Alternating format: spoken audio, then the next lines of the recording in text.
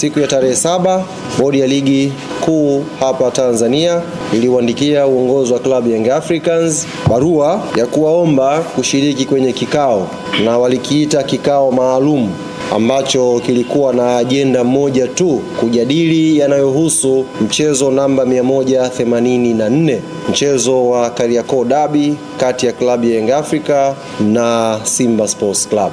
Na leo uongozi wa klabu yetu ya Yanga ukatii wito huu kwa kufika kwenye ofisi za bodi ya ligi majira ya saa 4 kamili asubuhi kwenda kusikiliza ambacho tumeitiwa. Kama ambavyo ajenda kuu ilielekeza kwenye barua, ndivyo ambavyo mwenyekiti wa bodi ya ligi Steven Mguto alifungua kikao na kutueleza sababu ya kutuita, na kimsingi alijikita kwenye kuelezea lile ambalo aliliainisha kwenye barua ya wito kuhusu mchezo namba 184 wa Kariakoo Derby. Walitaka kusikia kutoka upande wetu wa klabu Young Africans na sisi tusikie kutoka kwao. Yamejadiliwa mengi kwenye kikao kile, na sisi klabu Young Africans tulipopewa nafasi ya kuzungumza, tulizungumza mengi vile vile, kama ambavyo bodi ya ligi ilizungumza mengi pia kupitia kwa afisa mtendaji mkuu wa bodi ya ligi. Na baada ya pale tulifunga kikao kwa mwenyekiti wa bodi ya ligi kutujuza kwamba amepokea yale ambayo klabu ya Young Africans imeyafikisha na wanakwenda kuyafanyia kazi. Tumeondoka pale, tumefika hapa ofisini, tumemwona mtendaji wa bodi ya ligi Almas Kasongo akizungumza na waandishi wa habari na akigusia au akielezea yale ambayo yametokea kwenye kikao kile. Jambo zuri amelifanya, lakini kwa masikitiko makubwa ambayo tuko nayo, tulifikiri kama aliamua kuyazungumza yaliyozungumzwa kwenye kikao, basi alikuwa na fursa ya kuzungumza yote. Hasa kwa kuwa alikuwa na fursa ya kuzungumza mengi na ameyaacha, nitumie fursa hiyo kuyazungumza yote. Moja katika mambo ambayo uongozi wa klabu Young Africans uliauliza kwenye kikao ni kuhusu ripoti ya uchunguzi wa mechi ya Kariakoo Derby iliyopangwa kuchezwa Machi 8. Nini kilitokea hadi ile mechi ikaahirishwa? Hatujawahi kupata ripoti.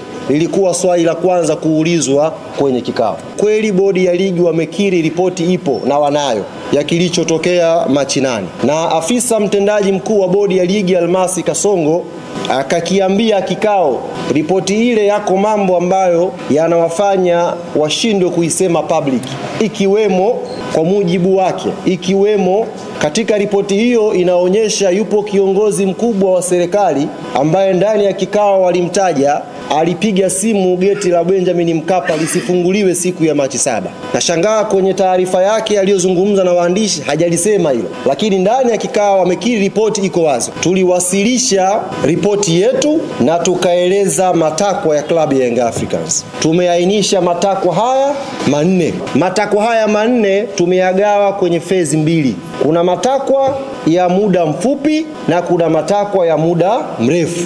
Na barua yetu tuliyowasilisha bodi ya ligi imejielezea specific kwamba mkitekeleza matakwa haya matatu, mbungi inapigwa.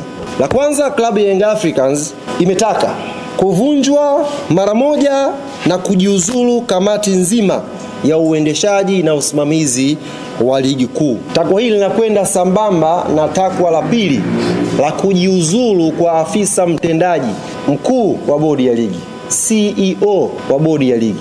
Na kwa nini tumesema hili likitekelezwa klabu ya Young Africans iko tayari kucheza mchezo na 184?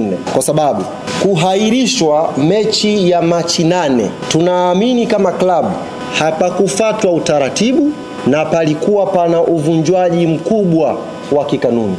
CEO wa bodi ya ligi na kamati ya uendeshaji na usimamizi wa ligi ilifanya haya kwa makusudi kabisa kwa ajili ya kuipa favor timu fulani, kwa sababu watu hawa wamevunja kwa makusudi kwa ajili ya kuweka upendeleo kwa baadhi ya timu kanuni na kuhairisha mchezo wa Machi 8.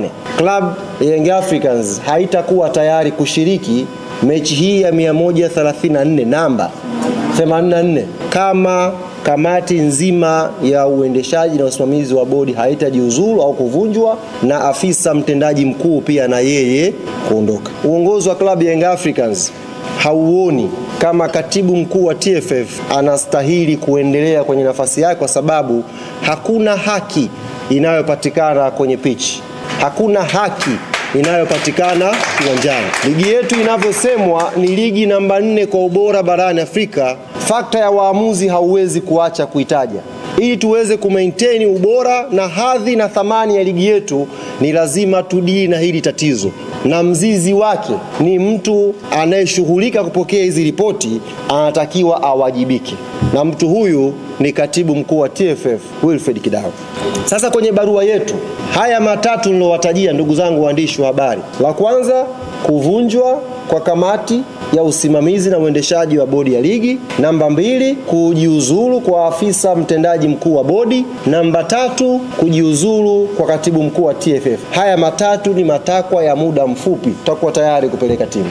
Takwa la 4 tulisema ni uhuru na mageuzi ya kimuundo ya bodi ya ligi, kwamba hili ni jambo tunalitazamia la muda mrefu, next season huko tunaweza sasa kuanza kufikiria kuwa na bodi huru inayojitegemea, na ndiyo standard za dunia, kuwa na bodi huru inayojitegemea.